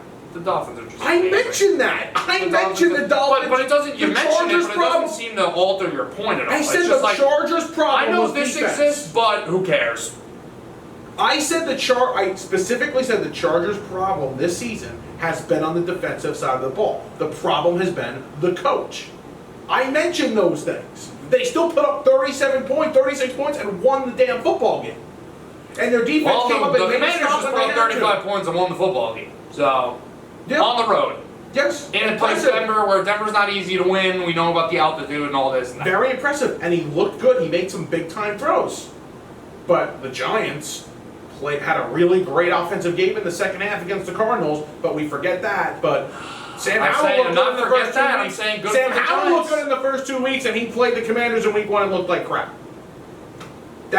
Apply your logic. Be consistent. Mm-hmm. Be consistent. Right, because the Giants looking great against the Cardinals, the team that we have absolutely made a clown show about and said, oh my God, they're trying to get the first pick. It's so obvious. They come out and they, woo, we did it, guys. We let a comeback win. Yay. Let's give ourselves a gold star. The Giants, the freaking Cardinals and Josh Dobbs on the road. We give up 28 points to the freaking Arizona Cardinals. The Giants didn't just look good in the second half. They did historic things in the second half. No quarterback has ever done what Daniel Jones did in the second half of that game. Also, when you come back from 20... I'm genuinely curious, what is the stat that Daniel Jones... I'll find it. When you come back from 21 points down against anybody in the NFL, that is impressive. So, I gotta find this. Oh, here it is. In the second half of the game, Giants quarterback Daniel Jones threw for 250 plus yards, rushed for 50 plus touchdowns, threw multiple touchdown passes. 50 plus yards. You said touchdowns. 50 yards. 50 yards. Threw for multiple touchdown passes, rushed for a touchdown, and had no turnovers. No other quarterback has done that in the second half of the game ever. But no, we'll forget about that. Great comeback. No, it's a great comeback. We'll forget about that. Congratulations, Daniel Jones. You're supposed to beat the Cardinals. Daniel Jones looked like a legit franchise quarterback in that second half. What we saw at times at his best last season. Against San Fran. I said the same thing. I want to see that. I want to see that against a good defense. I want to see how he looks, especially without his best offensive weapon and his best his left tackle, who's one of the best in the league. That's going to be difficult to judge because you don't have those two guys. So he does have a built-in excuse here if he does look like shit. Excuse my language. Anyway, that'll be a fun game tomorrow night, I'm sure. Map Reader Avenging. All right, let's move on here. Baseball, very quickly before we get out of here. Ohtani had his. No Jets. They're just no Jets. You know, I actually wrote this in my notes here. This might make you a little upset. Let me read it for you. Jets national spotlight is gone. Hope they can flex them out of every primetime game they have. Pats will get best of them this weekend. Their defense is good, and this is a desperation spot. Right. This is you are just so you believe your own bullshit, so it's actually ridiculous. Is that not true? So everybody, like, let's get this straight. So Merlot just made all these points talking about Daniel Jones and the Giants and this and that. Daniel Jones they get destroyed by the #1 team in the NFL. The Cowboys are #1 on my power rankings and on his power rankings. They lose 40-0 at home at full strength. Everybody played. They weren't missing anybody. Wandale Robinson. They played. Oh, Wandale. Oh my God. It was a joke. It was a joke. Idiot. Everybody's at full strength. They get absolutely destroyed. Okay? Then the Jets go to Dallas with Zach Wilson, not at full strength, obviously. Lose by 20 points. We're in the game until just about the third quarter, right? The Cowboys pulled away in the third quarter. Nice win. And that was it. Yeah. But the Jets beat the Buffalo Bills. That was a huge win for them in extreme circumstances and just a great win for them on Monday night. But now we're saying, oh, the Jets, take everything away from them, take them out of all the primetime games. They suck. Their season's over. But we're going to now look at the Giants and say, oh, you just skated by an Arizona Cardinals team and got absolutely embarrassed by your division rival who you play all the time, and they beat you by 40 points at home. Let's look at they could be 4-4 with an extremely difficult schedule going into the bye or coming out of the first half of the season. Yeah, that's realistic. But Jets, I know you have a top 5 defense in the league. Just forget about it. You're done. See, ridiculous. Like actually ridiculous. See, if you would have used that comparison and said, oh, you said all the things about the Jets, why don't we just take the Giants off of national primetime? I would have understood that point. But I did not talk bad about the Jet play. Do I think they're going to win this week? No. Do I think they're going to make the playoffs? No. But my point was, take them off of primetime because who the hell wants to watch Zach Wilson in primetime? Yeah, but also, like, who are you to, like, write them off when they just lost to the best team in football? Like, they lost by 20 points, but listen, Dallas is looking like a juggernaut so far. Listen, I don't think it's just that loss. I don't think it's just that loss that I'm writing them off. Like, you lost what your chance was, your key to success to a Super Bowl. You lost that. 100% so that's agreed. why I want them off the national spotlight. I don't feel like watching let's just strip all their primetime games away from them. And listen, I'm no Zach Wilson truther. The guy did not play his best football the other day, but he did for 3 quarters. And any quarterback with that offensive line, whether it was Aaron Rodgers, Patrick Mahomes, or Joe Schmo, it doesn't matter, would not have. The Jets were going to lose that football game. Which is another reason why I don't want to watch the Jets anymore. They were running out of the way because of the offensive line just played awful. Prime time, I'm going to sit down Sunday night. I'm looking forward to watching a football game. I'm going to watch the Chiefs and the Jets in 2 weeks. Are you kidding me? I'm not watching that game. Let's see how the Jets defense plays against that Chiefs team. I'm not watching that game. Chiefs defense has been a strength, like you said. They're going to shut them out. Okay. What happens if the Jets win this week, by the way? Which I'm not confident that they're going to win. I'm terrified of New England. But what happens if the Jets win this week? You're 2-1 and you set yourself up to still compete in the division. Yeah, no, but like, okay, if you beat Buffalo at home, you prove that you could shut down an elite quarterback. You're not understanding my point, J.M. I want them off of prime time because I don't want to watch that brand of football. I don't want to watch Zach Wilson. So sure, the defense can be good and keep them in games. We could watch the Steelers on prime time. We can watch the Patriots on prime time. I don't want to watch those teams on prime time. Well, unfortunately, I can't give you Eagles Cowboys every prime time. Right? I don't want to watch the Eagles on prime time. They're the most so what do you boring want? team to You watch. just want Dolphins versus Dolphins. You just want. I'll take Dolphins Ravens. I'll take Bills Chiefs. Because those matchups happen every I'll take Bills Commanders at this point over those two teams. Ridiculous. Christ almighty, I'll take Chargers Vikings, a matchup of the bleep shows over the Jets every week on prime time. Or the Patriots, or the Steelers. Right. You have to know being unfair here. You want to make a handshake bet right now? The Jets are going to finish with a better record than the Giants. Jam, I'm not comparing the Jets and the Giants. No, you made this a Jet-Giant thing. No. I am not comparing I'm sorry, most of the time it is a Jet-Giant thing when you're the Giant fan talking about the Jets. You know my feelings about the Giants. I am oh my God, the Giants are this good. I am not an optimistic Giant fan. You just said that you'd rather watch Vikings-Chargers, two 0-2 teams against each other, and the Commanders on primetime, who you just said that your Giants are going to beat. You said you'd rather see them on primetime than the Jets. Yes, I don't feel like coming watching here to defend my team because, listen, I don't even still have these playoff expectations for the Jets. I'm just hoping they have a relevant season here and slap together 8 wins or something like that. But I am still confident.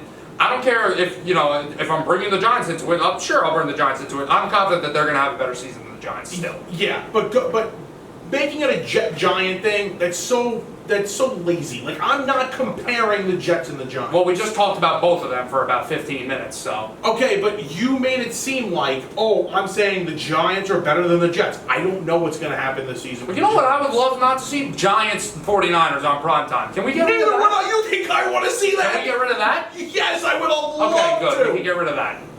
I would have loved to get rid of that. But I don't I gotta feel watch like Daniel Jones run for his life on Thursday night. That's I don't feel like watching Zach Wilson go 11 for 27 and throw 3 interceptions and it not be a game. Right. I don't want to see that. That's the best defense in the NFL. That's not something I want to see. Right. No excuses, by the way. This team has no excuses. The offense. I'm so concerned about the Jets' offense. Yeah, sorry guys, it's not going to be a top 10 offense in the NFL. But guess what? They just played the Bills and the Cowboys. 2 top 5 defenses in the NFL. Move on. I'm done with this crap. He's getting on defensive on his Jets. It's okay. Because you Giants fans have some sort of ego for whatever reason. You need Giant fans. This isn't a Jam. It's not a Giant thing. This is not. You just said your team's going to go 4-4. I said there's a possibility. No, you're not. No, you're not. We go 4-4. Okay. Sorry, I hate to tell you. 2-6, 3-5, maybe. I think 3-5. That's how I projected it. I project it now in 3-5. I'm saying there's a possibility. In a perfect world, they would be 4-4. There's a possibility of that. I don't think they're going to Buffalo and winning that game. I think they're beating the Commanders. I think they have a chance of beating your team. I don't think the Giants are these world beaters. I am not one of those fans that thinks the Giants are this good. You sit here and say like I'm this cocky Giant fan compared to your Jets. I just don't want to watch the Jets on primetime. I don't blame you. I understand the Jets primetime take. 100%. You wouldn't put them on primetime this many times coming into the season if you knew Zach Wilson was going to be the quarterback. I get it. That's my point. I also don't think they're going to win this weekend. They've lost 14 straight times. Yeah, no, I don't think they are either. I said it to you last week. I said out of these 5 games before the bye week, I'm least confident against. Well, now it's 4. I'm least confident against New England because they just own us for whatever reason. I didn't say anything crazy or biased or like obnoxious Giant. I didn't say any of that. Just don't want to watch Zach Wilson. All right. Very quickly in baseball. Ohtani had a little Tommy John surgery. He's not going to pitch in 24. We're going to have to go a little overtime here. We spent a lot of time in the NFL. Yeah. Ohtani, pitching 2024. Not pitching 2024. Hitting 2024. Back 2025. He made a post about it on social media. But that was why he cleared out his locker room over the weekend with the Angels. In baseball, you have anything to say on Ohtani? Did you see who did his surgery? No, I did not. Take a crazy guess. No, I actually have no clue. Neil Elatrash, the GOAT. I don't know who that is. The guy who did Roger's Achilles. do This legs? dude does everything. Legs and arms? Yeah, this guy's like the goat of surgeries, I guess. Wow. But I think Some it's going to hurt him in the surgeries. negotiations, man. I mean, first of all, this Stephen A. Smith thing. Oh my God. What did he say? He said, okay, so Stephen A. Smith said that Shohei Ohtani stopped asking for $500 million because the guy's not going to be pitching until 2025. All right, fair point, Stephen A. Definitely. And the Los Angeles Angels haven't won with him. And what was the other point? Something like on top of they haven't won. The attendance. Or So something like they that. haven't sold out in this. Yeah. Okay, Stephen A. Smith. First of all, for the love of God, why do we let this guy talk baseball still? Like, I understand First Take is a show that talks about other sports. Whenever baseball comes up, can we please just get him off the show? The guy has no idea what he's talking about. He's always talking out of his ass, and I'm sick and tired of it. I hate to tell you this, Stephen A. This isn't football where Shohei Ohtani can play quarterback and have a massive impact on the way the team performs. This isn't basketball where he can be 1 of 5 on the court and be a LeBron James and carry the team to an NBA Finals. This is baseball where Shohei Ohtani is pitching every 5th day, really 6th day, and he's in the lineup. He only gets at bat 3 to 5 times a game out of anywhere from 27 to 40 at bats or whatever the number is that the Angels are going to get. Unfortunately, Shohei Ohtani doesn't have the control on the game the way he can have in other sports. So to come out here, and that's why I always think the MVP conversation in baseball and saying, oh, this guy plays on a bad team is like a hilariously stupid take.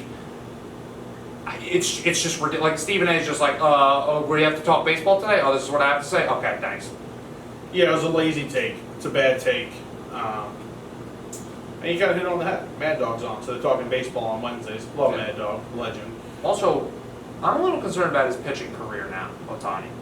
Guys come back from Tommy John. I'm not concerned that he's not going to come back from Tommy John. But, first of all, it's going to be a really weird rehab process considering the guy's going to be playing baseball while he's rehabbing with this arm. I mean, he's still going to be hitting. And, he's not 25 years old anymore. He's going into his 30s when he's going to be pitching again. And let's see how it holds up. He's obviously going to have a toll on his body anyways from hitting, and we always said that's a concern. But I don't think this whole Shohei Ohtani hitting both, I think this is going to be over sooner rather than later in terms of Ohtani consistently playing both ways, starting 30 games a year, and being in the lineup 150 times. Yeah, I agree. I don't think that him pitching and hitting was sustainable. So I thought eventually he would stop pitching. He's such a great hitter. He'll continue to hit, long into, the contract, whatever it's signed, 10 years, 12 years, whatever it is. I think his ability to hit will always still be there. But the pitching, maybe 5 more years from 2025 on, Sure. 2030? Yeah, that's fair. He'll be pitching. Yeah, maybe he goes to the bullpen. I think definitely he'll be, at some point, hopefully moved to the bullpen. That'll still be cool. I mean, we talked about it earlier. I mean, a couple of years ago. Imagine him as a closer.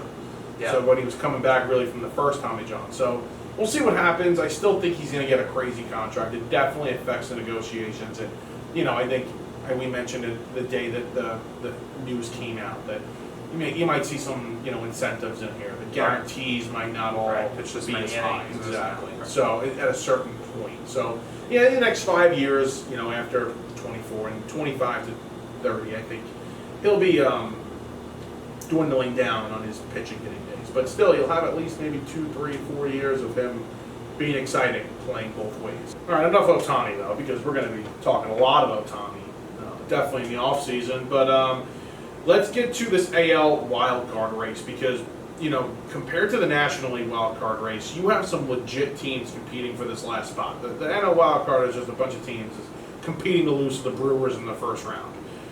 In the AL wildcard, you have a team that legitimately is going to be in the divisional round after they beat the Twins. And I think a team that won any of these wildcard teams, if you told me represented the American League in the World Series, it wouldn't shock me. Right. Yeah.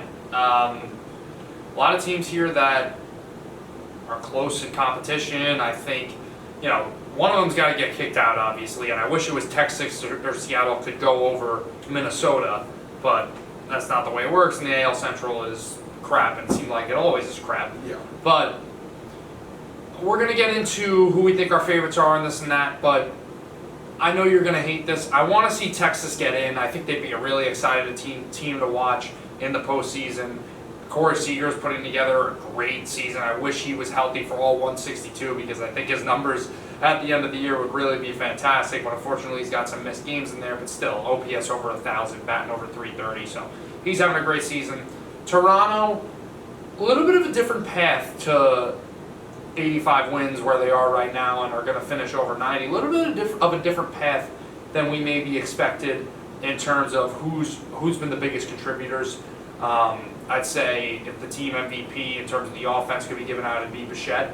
I think we always expected Vlad to be that guy, but Bichette stepped up in a big way this year, and he's been huge for them. So, really like Toronto.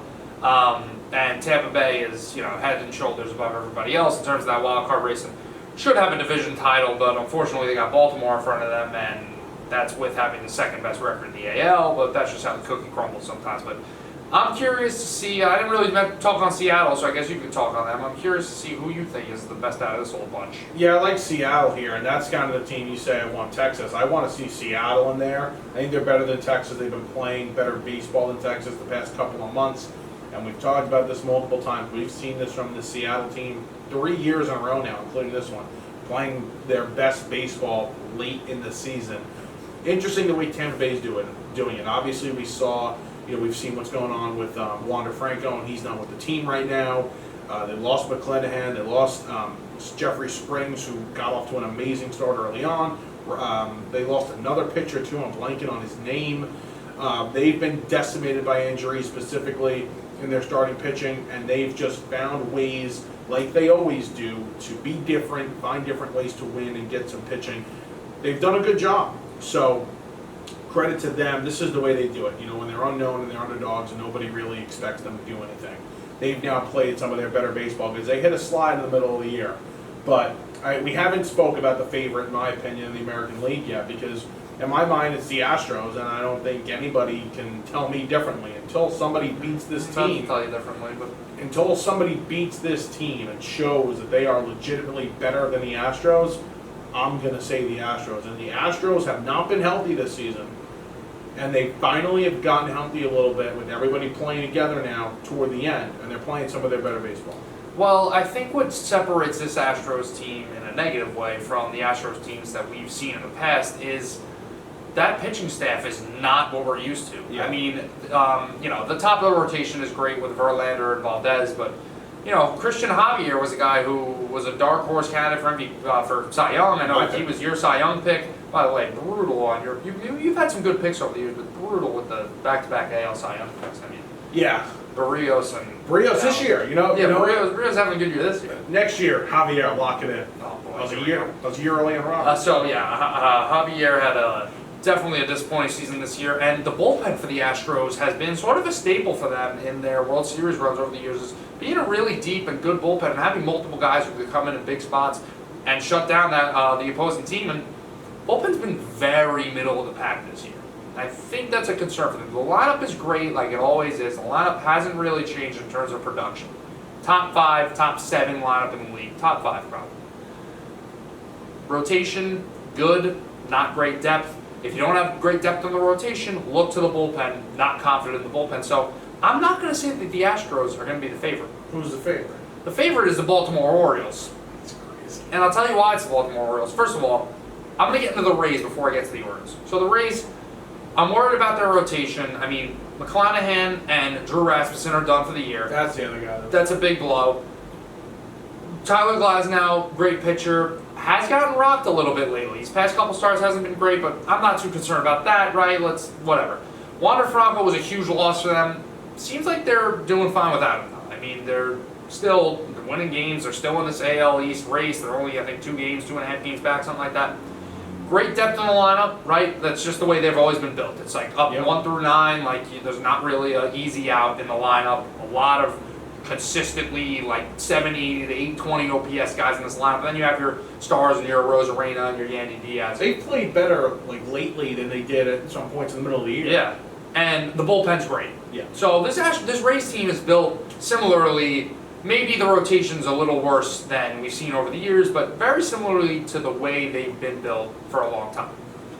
The reason why I brought up the Rays first is the Orioles are everything I just said about the Rays, but just a little better, right?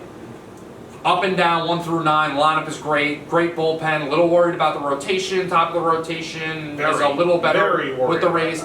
But the bullpen is excellent. The lineup is excellent. I think that if this team gets the 1 seed in the AL, which all they have to do is win the AL East, that's how they got the 1 seed. They're set up great, obviously. I wouldn't want to play any of these teams. I think we're going to see some big upsets in the AL wild card series here.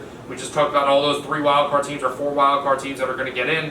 Obviously, only 3 get in out of those 4, but we could have some major upsets in that category, so they avoid that. And Orioles are 8-5 against the Rays this year, so they match up well with the Rays. I think they could beat them in a DS series, or I guess they'd have to play them in the DS, or maybe they. However it would stack up. In a best of 5 or a best of 7, I'd be confident in the Orioles. And like I said, for the Astros, I think they've taken a little bit of a step back. I wouldn't count them out just because they're the Astros and they're still having a great season, and they've got the experience and know how to win the playoffs and this and that. But I like the Orioles as the favorite coming out of the AL. The Twins are. Nobody needs to mention the Twins. Anybody can win the World Series. We've seen it, so I'm not just gonna kick the Twins to the side, but I am gonna kick the Twins to the side. We're definitely going to kick the Twins to the side. Also, Carlos Correa's on the IL. Yeah, known playoff performers, Minnesota Twins. Really upset about Correa going on the IL. That sucks. It really does. I'm really upset about that. He's tearing. The Orioles, for me, they have a lot of younger guys on this lineup. They just called up another one of their top prospects. I'm not even going to. What is it, Heston? I'm not trying the last name. One of their top outfield prospects. They're young. They're exciting. But these younger guys, specifically on the offensive side of the baseball, at the plate, against these pitchers in the postseason, I think it's going to be difficult for them because pitching is at its best, obviously, when we get to the postseason. We've seen teams shut down like that. I also worry about the top of the rotation. You bring up the bullpen, how great it is. We've seen teams like the Rays get to the postseason and have this strong bullpen, but not the starters at the top of the rotation, and they falter in the playoffs. I worry about not having at least one guy, one true ace that you trust to take the ball in Game 1 and Game 7 to go win you a game and win you a series. So I do worry about the top of the rotation just a bit. I know the bullpen's great, and you need a good bullpen. I'm not saying, just having a good bullpen doesn't help. Like, you need both in the postseason. You need everything to go right. And offensively, I think they will struggle against some of these teams that can pitch very well in the American League. So those are my concerns with the Orioles. They're just not ready just yet. And it's not fair because they've been so good. I think it's fair to say, though, this AL is as wide open as we've seen it. Yeah, it's definitely wide open. I mean, it's not like a 2-horse race, and really 1-horse race, especially last season. Right. Where we had the Yankees and the Astros at the top, and it's definitely not like that this season, 100%. But I want to believe in the Orioles. I want to root for them. I'm going to root for them. I don't see it with them. I see it just being fair enough. I understand the concerns of that. Bradish, I guess, is your ace. Which he's been pretty good. He's having a good season, but obviously not a household name. Yeah. I like Seattle. I really do like Seattle. I think they're gonna be in the DS. If they're the 6th seed, they're gonna be in the ALDS. Excuse me. And who would they play? It depends on how the rest of it shakes out. They play the Orioles. If they were the 6 and 1, they'd play the Orioles as long as they win the AL East. That's a good matchup, in my opinion, for the Mariners. Love Cal Rowley's stat line. We'll read it. 233, 310, 462, 28 homers, 70 RBI. He's the man. What a beast. He's really good. 772 OPS as a catcher. How's your boy Mike Ford doing? Why is everybody my boy? And I hate Mike Ford, but he's actually doing good. He's got an 807 OPS. Jesus. Yankees let go of a good one there. Donaldson a home run tonight, 3-run shot. There's your boy, Jared Kelenic, with his 750 OPS. Hey, good for Jared. Got off to a hot start. Now he's been crap. NL is just a bunch of garbage. And did you see what happened with this? Was crazy, actually. So, the Diamondbacks played the Mets Tuesday, Wednesday, Thursday at Citi Field. Okay, the Mets faced Gallen and Kelly, and the Mets either won 2 out of 3 or they swept them. I'm pretty sure the Mets swept them. But check me. But they definitely beat Gallen and Kelly.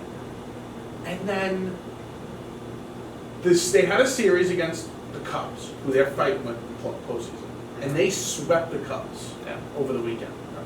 just to completely shake things up. Just crazy how baseball works sometimes. Like, you had your guys against the Mets, a lesser team. You expect to win, you lose 2. I think they lost 2 out of 3. Actually, makes you think maybe we should just throw away all this stuff that we're talking about right now because it's baseball. And that's baseball for you. That's baseball, Susan. Yeah. Arizona's on a 5-game winning streak. They jumped the Cubs. The Cubs are only a game up on the Marlins and a game and a half on the Reds. I mean, it is a bleep show in the National League. I'll tell you what, though. If I'm a National League team, I'm rooting for the Cubs to miss the playoffs. Why? I want to count those boys out. I like me some Cubbies baseball. Yeah. Listen to this. Okay. No war doesn't mean everything. Okay. But this is something. Chicago Cubs are top 8 in hitting war and in pitching war. It's pretty impressive. Both sides of the ball. Doing pretty good. They played some good ball. Cody Bellinger is the story of the season in terms of surprise comebacks. Yeah. Justin Steele, their pitcher, Cy Young candidate. Cy Young candidate. Snell. I think Snell at this point. Obviously, I think Strider. It's a little out of reach now. I think if that ERA was in the low 3s, it would be him, but it's at a 3.7 right now. So it's so gross. The NL Cy Young Award. It is. Everything is just gross. It seems like with baseball, it's a weird year for baseball, and it's not just because the Mets and the Yankees suck. It's just a weird year. A lot of turnover, a lot of weird stuff going on. A couple of teams you thought were going to be elite are going to miss the playoffs. Yep. The Padres, the Mets, the Yankees. Yep. Who else? I mean, the Angels are out of it. Even like the Guardians were a team. The White Sox just turned to absolute crap, which I kind of predicted. Not to pat myself on the back, but also pat myself on the back. They've lost 95 games. That's ridiculous. And a team I would not want to run into, talking about this NL wildcard race, the Marlins, man. The lineup sucks. Like, it is not good. It's like a bottom 10 lineup in baseball. It's probably the 22nd, 23rd best lineup in baseball. The bullpen is okay. It's not bad. It's not that bad. It's really not that bad. David Robertson has a 6 ERA since they traded. No, but I'm saying, look, the bullpen isn't that bad. I'm telling you, look up their numbers. The bullpen is not as bad as you think it is. It's pretty good. The pitching rotation is the star of the show. Yeah, right. Like, they have a great rotation. I really like their rotation. And how do you stay in games? The old saying is in baseball, you're only as good as your starting pitcher that day. They have some really good starting pitching, so they can stay in it. Yeah, Tanner Scott. Andrew Nardi having a good year, AJ Puck having a solid year. They got some solid guys in that bullpen. It's not great, but it's also they're not going to shoot themselves in the foot with this bullpen. It's not that bad. You talk about teams, right? You don't want to pick the obvious teams, and the Braves and the Dodgers, and I even like the Phillies. I think the Phillies can go on a run. And it's going to be the Braves and the Dodgers. The way it looks, it looks like Philadelphia would play the Braves possibly. If they win the wild card. I don't know how it works out, but either way. I think it's going to be one of those two teams. Yeah. But I would watch out for the Brewers, man. Woodruff's back, pitching well. Peralta's been pitching well. Burns is pitching well now. They're all back and healthy. Later in the year, they scare the crap out of me. And they're offensively, they've been better in the second half. They traded for Mark Canha. You're going to laugh at me. Mark Canha's No, he's actually having a really nice year for them. He's been a great pickup at the trade deadline for the Brewers. So, they can be dangerous too in the postseason when you have those starters and Williams at the back of the bullpen. They can be dangerous. And Yelich having a better year. Not exactly a Cody Bellinger type comeback, but what's his OPS? A better year, 795. He's having a good season. Good season. William Contreras was a nice pickup for them this offseason, but it's got to be LA or Atlanta. I mean, yeah, that's going to be a hell of an NLCS if it matches up, and I'm pretty sure it will. I don't think it's gonna. I don't think you're gonna see. I think Philadelphia's gonna get it. Wow. I do. I got a weird feeling about them. It might just be a bias from watching them last season. You like scared that it's gonna happen, so you convince yourself it's gonna happen. It didn't make me as mad. I mean, they got taken care of, and I think they'll get taken care of again. The good guys will win in the end. Don't worry. Okay. We're not gonna let Philadelphia have all this success. Believe me.